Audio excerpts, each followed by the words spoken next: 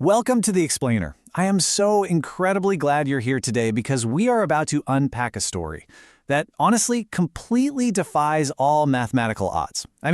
It defies human endurance and literally breaks the very laws of probability. We're looking at the life of Tsutomu Yamaguchi. His story is so staggering that if somebody pitched this as a Hollywood movie, you'd probably roll your eyes and say it's just way too unrealistic. But I promise you, every single detail we're going to look at today is a verified fact of human history. Right off the bat, I really want you to keep this central question in the back of your mind. Was this guy the luckiest or the unluckiest man alive? Tsutomu holds a very specific, totally solitary place in history. He is the only officially recognized survivor of both atomic bombs. Today we're diving deep into the extreme probability of his fate. How does one single person find themselves at ground zero of the only two nuclear weapons ever used in warfare and actually live to tell the tale? Let's get right into it. All right, part one, the context of 1945. So, to truly grasp the absolute impossibility of Yamaguchi's story, we have to quickly rewind to 1945. The globe had been at war for 6 grueling years, and while things in Europe were winding down, the Pacific theater was still raging with terrifying intensity. American military planners were staring down a massive land invasion of Japan, which they estimated would cost hundreds of thousands of American lives and potentially millions of Japanese lives. To avoid that, they developed a top-secret, deeply terrifying solution.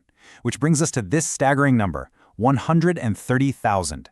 For 3 years, over 130,000 scientists, engineers, and workers secretly built the world's very first atomic bombs. And by the summer of 1945, 2 of these weapons were ready to go, and 2 Japanese cities were selected as the targets. Which brings us to part two, Hiroshima and the first flash. Picture this. It's a completely mundane Monday morning, August 6, 1945. Enter Tsutomu Yamaguchi, a 29-year-old naval engineer working for Mitsubishi Heavy Industries. He'd been sent to Hiroshima for a 3-month work trip, perfectly unaware that he's about to step directly into the crosshairs of history.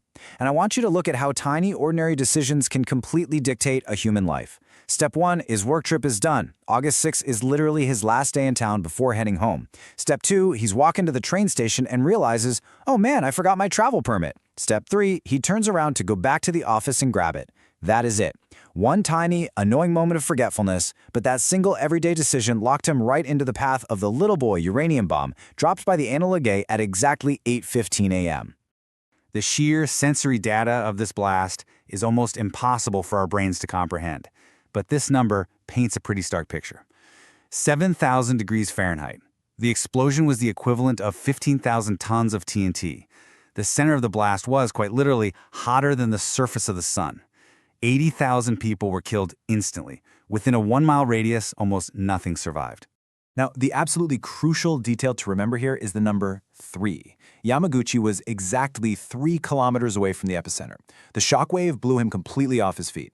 He suffered ruptured eardrums, severe burns all across his upper body, and his hair was burned right off. He later described seeing this great blinding flash in the sky, followed by a darkness so deep he genuinely thought the world had just ended. But miraculously, he survived it.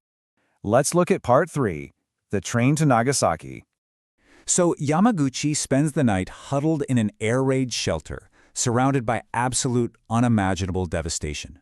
But the very next morning, he and 2 colleagues, who also survived, make a choice that is just so hard for us to fathom today. Even though they are badly burned, traumatized, and in massive physical pain, they get on a train. They just want to go home. And Yamaguchi's home happens to be a city called Nagasaki. Seeing this timeline laid out is just deeply unsettling. August 6th, Hiroshima is bombed. 2 days later, August 8th, a severely injured Yamaguchi arrives home in Nagasaki. He has a doctor treat his burns, he hugs his wife, he holds his infant son, and then, the very next morning, August 9th, he actually reports for work at the Mitsubishi factory. He had virtually zero time to process the first apocalypse before just walking right into the second. Part 4, Nagasaki and the second flash. It is now the morning of August 9th. Yamaguchi is standing in his office, arms and face wrapped in bandages from the burns he got just 3 days earlier, and he's trying to explain the absolute horror of Hiroshima to his boss. He's talking about the blinding flash, telling him that a single bomb wiped out an entire city. His boss looks at him, totally baffled, and says, "One bomb destroyed an entire city? Are you crazy?" And you guys, Yamaguchi is literally mid-sentence, trying to answer his boss, when at exactly 11:02 a.m., the room suddenly turns completely white. Just look at the nightmarish repetition of his reality here. On the left, August 6th in Hiroshima, hit by the little boy bomb. He was 3 kilometers away. On the right, August 9th in Nagasaki, hit by the plutonium bomb called Fat Man. And once again, he is exactly 3 kilometers away from ground zero. The exact same distance, the exact same blinding flash, the exact same terrifying shockwave. He gets violently knocked to the ground as the office building literally collapses around him. 40,000 people die instantly in this second blast, and Yamaguchi later shared this absolutely haunting thought. He said, "I thought that the mushroom cloud had followed me from Hiroshima." He has to crawl his way out of the rubble all over again. His existing burns are severely worsened, and now he's facing the rapid onset of acute radiation sickness. We're talking extreme nausea, insanely high fevers, and wounds that just refuse to heal. But here is where the story defies every single law of probability. While that second bomb fell, his wife had actually been out in the city looking for burn ointment for his Hiroshima injuries. She survived because at that exact moment, she was shielded by a hillside. Their infant son survived too. Impossibly, against all odds, his immediate family remained entirely intact. It is a statistical anomaly that honestly just leaves you speechless. And finally, part 5, the double survivor. So, you have to ask, what happens to a man who survives the end of the world twice? Well, for decades, Yamaguchi just returned to work. He raised his family, and he lived quietly. But he carried an immense silent trauma. Survivors of the bombs in Japan were known as hibakusha, and they faced terrible discrimination. People had these false fears that radiation was somehow contagious, so it made it really hard for survivors to find jobs or get married.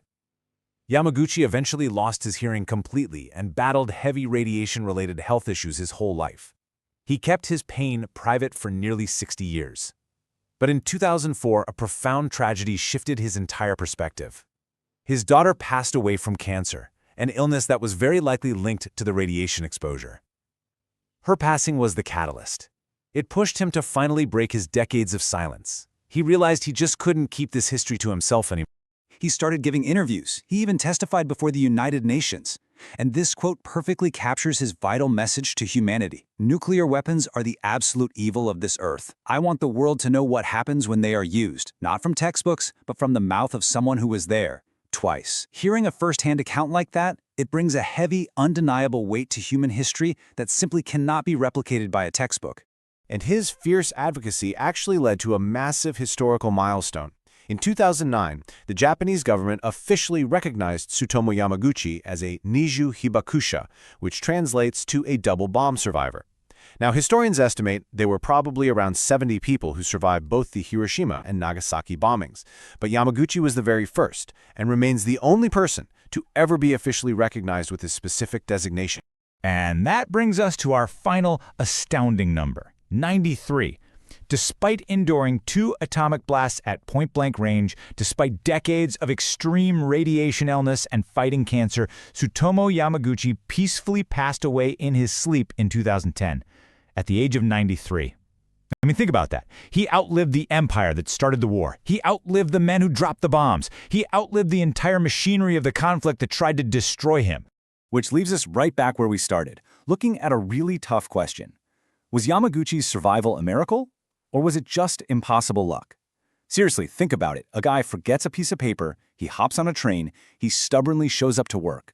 3 tiny, ordinary decisions that dictated his entire fate and placed him at the dead center of the most destructive force humanity has ever unleashed. What do you think about that fragile, invisible line between our everyday choices and monumental history?